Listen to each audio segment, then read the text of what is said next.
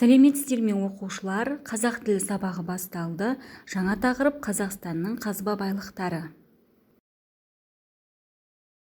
Оқу мақсаты коммуникативтік жағдаятқа сай ғылыми және халықаралық терминдерді, ғылыми деректерді орынды қолданып, диалог, монолог, полилогта өз ойын дәлелді жүйелі жеткізу.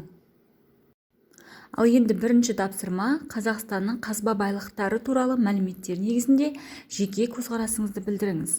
Елімізде қандай қазба байлықтары бар?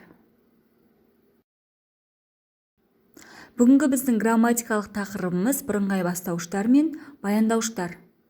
Мысал келтірейік. Мұң мен назы аралас Мұстафаның зарлы әні, жорғадай тайпалып, құйындай екпіндеген жарылғаптың алты басары, дәрменді де қыздырды, екілендірді. Осы сөйлемдегі мұң мен назы деген сөздерге сұрақ қояйық. Мысалға, несі, мұң мен назы. Екі сөз шылау арқылы қатарласып келіп, бірыңғай бастауыш болып тұр. Баяндауыштар әдетте сөйлемнің соңында орналасатындықтан, сөйлемнің соңына назар аударайық. Дәрменді де қыздырды, екілендірді. Осындағы қыздырды, екілендірді бірыңғай баяндауыш. Неліктен бірыңғай баяндауыш болады? Себебі екеуі де не істеді деген бір ғана сұраққа жауап беріп тұр.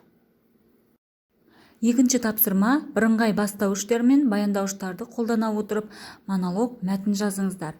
Тақырып еліміздің қазба байлықтары төңірегінде болуы қажет.